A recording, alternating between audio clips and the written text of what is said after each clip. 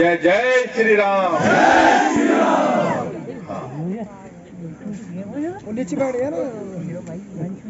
आज के इस कार्यक्रम में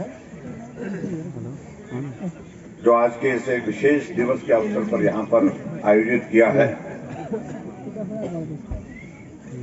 डॉक्टर भीमराव अंबेडकर जी की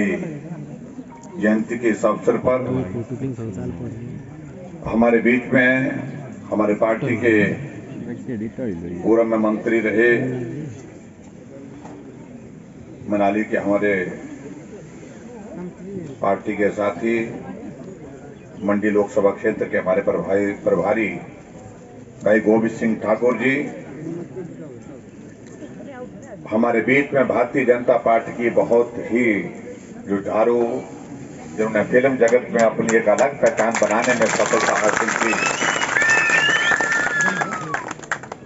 पार्टी की प्रत्याशी कंगना रनावत जी, हमारे बीच में मंडल के अध्यक्ष श्री भागीरथ शर्मा जी, हमारे मोर्चे के हमारे उपाध्यक्ष धनेश्वर जी, हमारे जिला के अध्यक्ष किशोर जी, हमारे पार्टी के मंच पर उपस्थित सभी पदाधिकारी, मोर्चों के सभी अध्यक्ष, महामंत्री, पार्टी के सारे प्रमुख नेतागण, उपस्थित सभी भाई और बहनों और पत्रकार मित्रों, मैं क्षमा चाहूंगा, मैं किसी का नाम नहीं ले रहा हूं।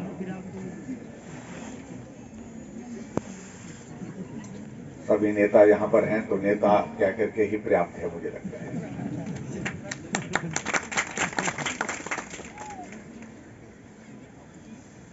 डॉक्टर भीमराव अंबेडकर जी की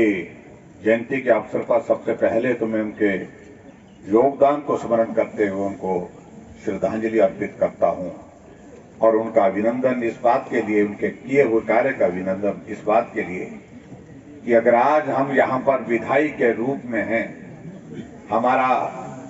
संविधान का जो निर्माण उन्होंने किया, जिस प्रकार से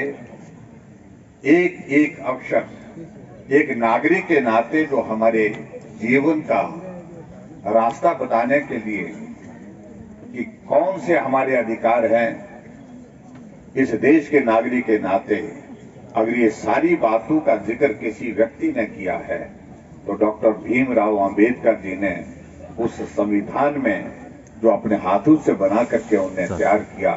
उसमें वर्णित है। उनके इस योगदान को कोई हम भूल नहीं सकते।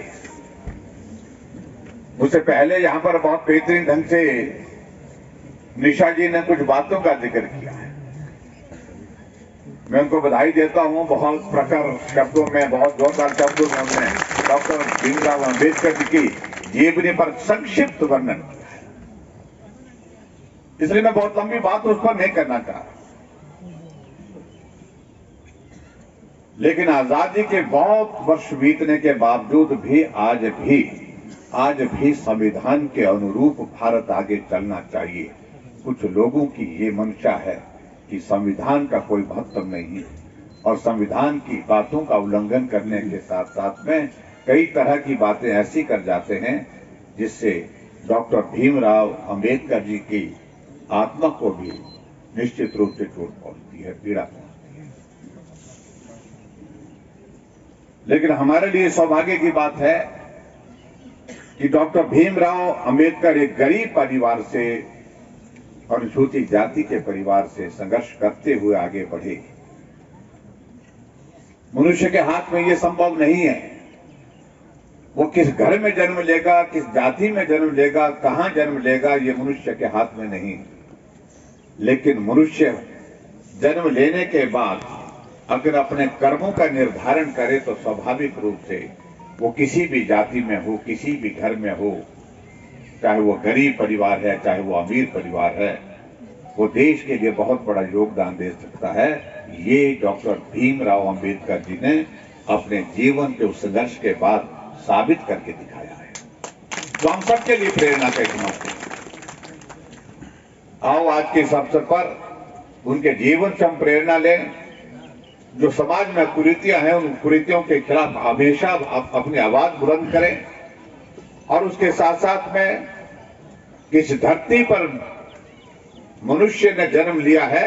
तो वो सिर्फ मानव है, उसको मानवता की दृष्टिकोण के साथ देखने की आवश्यकता है। इस भाव के साथ हम सब लोगों को काम करना है। यही मुझे डॉक्टर भीमराव जी को श्रद्धांजलि देते हुए अपनी बात कहनी है। भाई और बहनों, आज आपने देखा जी कि हमारे बीच में भारतीय जनता पार्टी की प्रत्याशी कंगना जी भी आई है। मैं कंगना जी का यहाँ अपने सराज विधानसभा क्षेत्र में सभी सराजियों की ओर से आप स्वागत भी करता हूँ। बहुत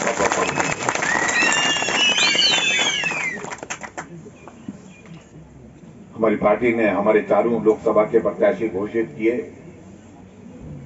और कंगना जी का नाम भी घोषित हुआ। तब से सारे सराजी मेरे को रोजाना पूछते रहते हैं फोन करके, कंगना जी कब आएंगी, कंगना जी कब आएंगी। और आज सब बड़ी संख्या में दूर दराज से, हालांकि बहुत दूर से, क्योंकि पिछड़ा क्षेत्र है, बिखरा हुआ क्षेत्र है, मौसम खराब होने के बावजूद भी यहाँ पहुंचे हैं आपका स्वागत करने के लिए, आपको देखने के लिए, आपको सुनने के लिए। मैं सराज के सभी भाई बहनों का भी धन्यवाद करता हूं कि आपने बहुत बढ़िया कार्यक्रम का आयोजन किया। बाकी हमारी बातें तो होती रहेंगी भाई, हमारी बातें तो होती ही। कल शाम को बहुत लंबे